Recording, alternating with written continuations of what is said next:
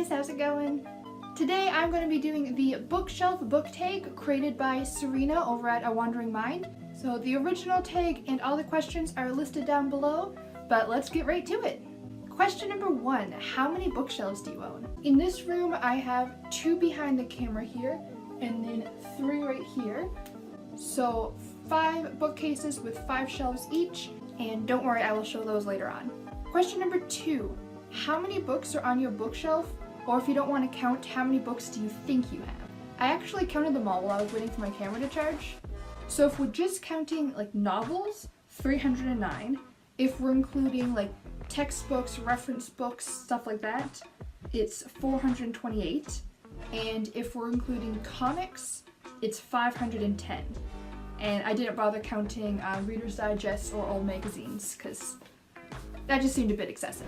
Question number 3, how do you organize your books? So I'll give a more detailed answer to this when I show my shelves in a minute, but it used to be on this shelf here was all my series, and on this shelf here was all my standalones, and then this is like other, I guess.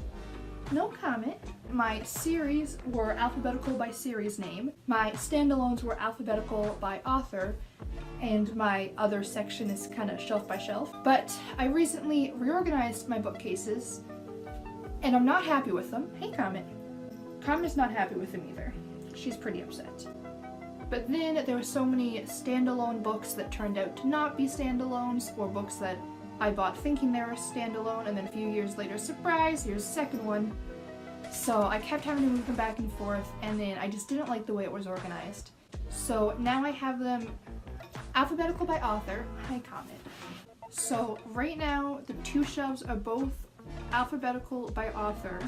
This shelf is either books that I haven't read or I haven't read the entire series of them. So it's still mostly series, just because if I haven't finished the entire series, she's so cute, because I don't want to move them onto this shelf until I finish the entire series. And I also have books on there that I've read but I don't quite remember enough. Comment. I wanted it to be easier to decide what books I wanted to read next. So I know that if I want to pick out a book to read, I'm going to look on this shelf first because it's books I've already planned to read. But I don't like it because first of all it means I have to reorganize everything every time I read a book, which is really annoying. And I haven't been doing, so a lot of these books I have read since then. I just didn't want to completely reorganize the shelves. But then I also have, like you can see right here, box sets of books, so that's a bunch of Charles Dickens books. And I've read quite a few of them, but I haven't read every single one. And I don't want to separate the box set, so I'm keeping it there. But then I just feel this like sense of shame that I'm like, wow, people are gonna think that I haven't read any Charles Dickens books even though I own like a million of them. Which, first of all, random strangers, first of all, don't wander into my house. Second of all, don't know how the bookshelves are organized to begin with. And third of all, if they're gonna judge me because of that, I don't care about them. I know, Comet, we're so upset. I know, I'm really, really mad. Thank you, I feel much better now.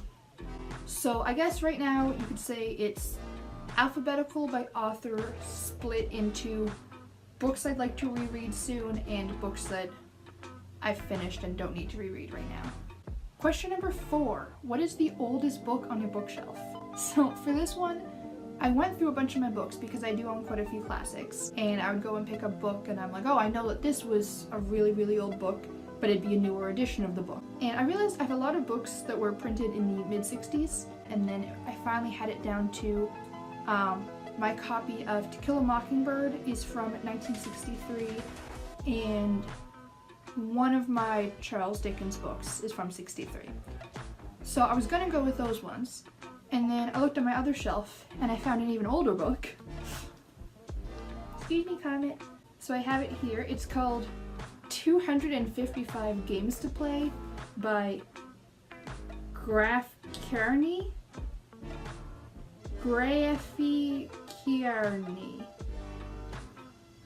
I'm really bad at pronouncing names to begin with.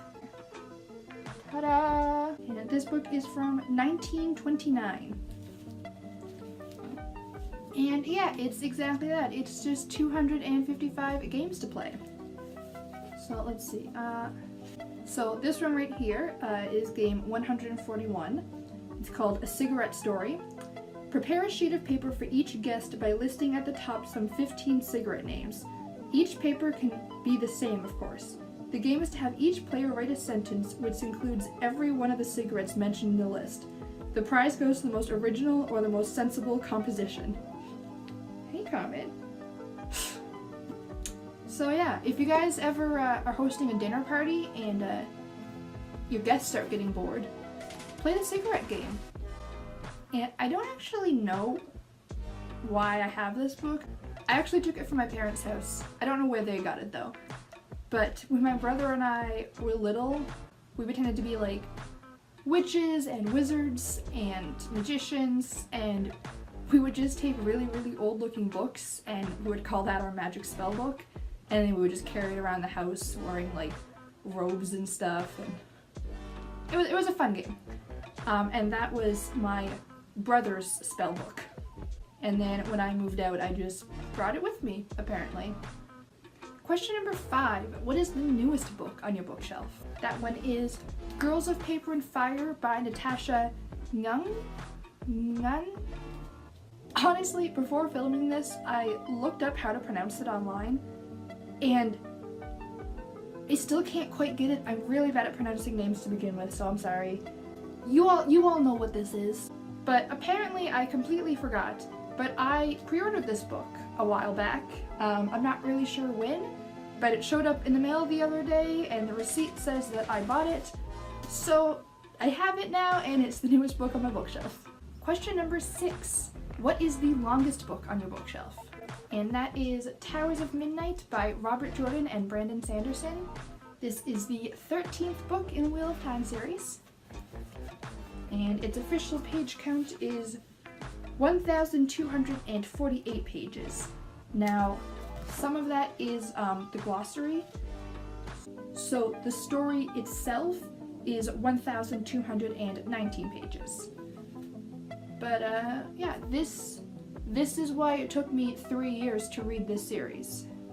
Question number 7. What is the shortest book on your bookshelf? That would be The Little Match Girl by Hans Christian Andersen. This one comes in at 30 pages.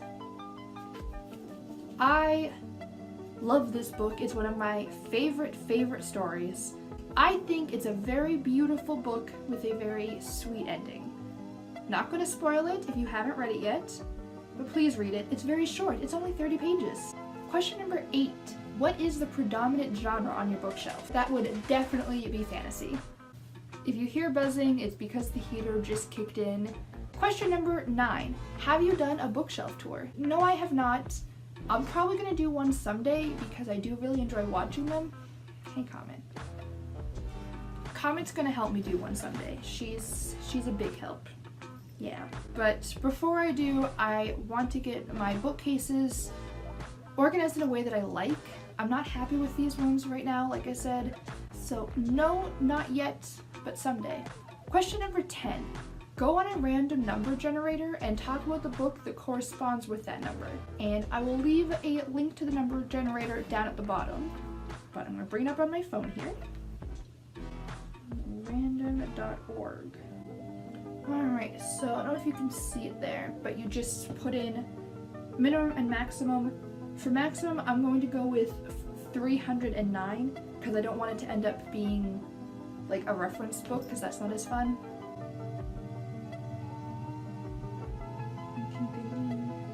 295. Let's see that. Actually, I know that the last book on this bookcase is number 309, so I'm just going to count backwards to get to 295.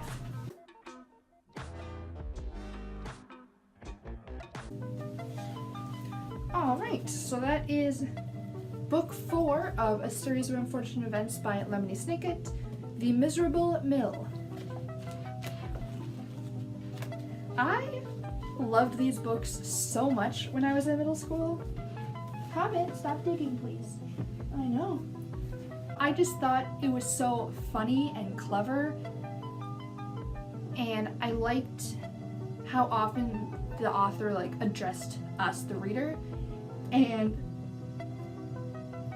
I don't know, it was just so fun and like quirky, and it was something I've never read before up until then, you know, where the author will talk to you and also where the author tells you not to read the book. Like, dear reader, I hope for your sake that you have not chosen to read this book because you are in the mood for a pleasant experience. If this is the case, I advise you to put this book down instantaneously, because all of the books describing the unhappy lives of the Baudelaire orphans, the miserable mill might be the unhappiest yet. So I was 8 years old when I started reading this series, and I don't know, it was so interesting and so unique that the author would be talking to us, and I've always liked dark things anyway, so even the stories on their own I would have liked either way. But Lemony Snicket was just such a legend of an author, and he was just such a mysterious figure, and I thought that was just so cool and so weird. I even own the unauthorized autobiography, which I thought was so freaking cool. Let's see. Okay, this came out in 2002, so I would have been 11 years old. Still fairly young. But I thought it was so cool because I really believed that it was an unauthorized autobiography. Like, I pictured this undercover reporter sneaking in and finding out who Lemony Snicket was and all that weird stuff. And I don't know, well done, Mr. Snicket. But like, even the way this book looks, I know this isn't the book I'm supposed to be talking about, but I just need to rant about how cool Lemony Snicket is for a second. And how like, the dust jacket, first of all, even just this, gorgeous, super cool. I like that you like can't quite see his face, very mysterious. The inside of it, so you can turn it inside out. I'm not going to because I don't want to unfold it. But you can turn it inside out, and it's the dust jacket for book number 1, The Luckiest Kids in the World, The Pony Party, by Lonnie M. Setnick. And it's just like the exact opposite of it. It even starts with Hey Kids with a Z. Lonnie M. Setnick loves children, cupcakes, pretty songs, and sunny days. When she's not writing the gleeful adventures of the luckiest kids in the world, she often works as a volunteer teaching children to skip. I've actually never looked into the real Lemony Snicket, like the actual author, and now that I'm older and the internet's more of a thing, I know that I can just quickly Google Lemony Snicket and I can read the Wikipedia page and I can probably see a ton of pictures, but I don't want to. Don't get me wrong, part of me is so curious, but I don't want to lose that magic. But yes, anyways, sorry, Miserable Mill book 4 was book number 297, or whatever it was.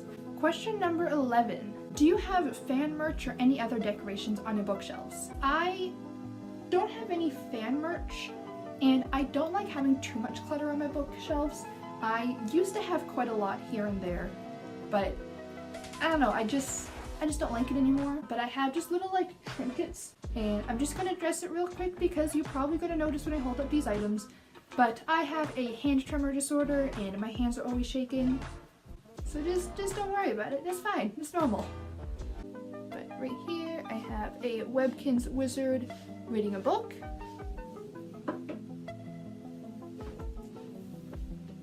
Here I have a Sorcerer's Mickey Mouse. I call him Mickey Mouse with a hat, so I've called him since I was little.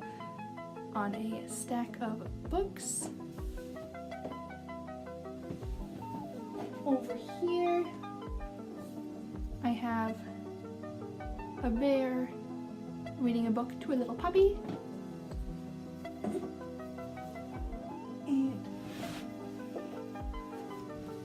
over here I have a cute little bear reading a book to a littler bear. And question number 12 is, show us your bookshelves. Well, okay. So first is these two bookcases, which, as I said, I'm leaving mostly empty for now. notebooks, sketchbooks, and then I have a bunch of like paper and stuff like that. Then up here I have coloring books and activity books. And down here is magazines, mostly old WWE magazines. Comics, which is mostly hot stuff. I've had those since I was really young. And a couple other ones. Up here, like I said, are books that I'm looking to either read or reread. Then I have these ones here for all my other books, and again, alphabetical by author. Down here I have a handful of my children's books separated. And down here is an old set of history books. They used to belong to my grandfather.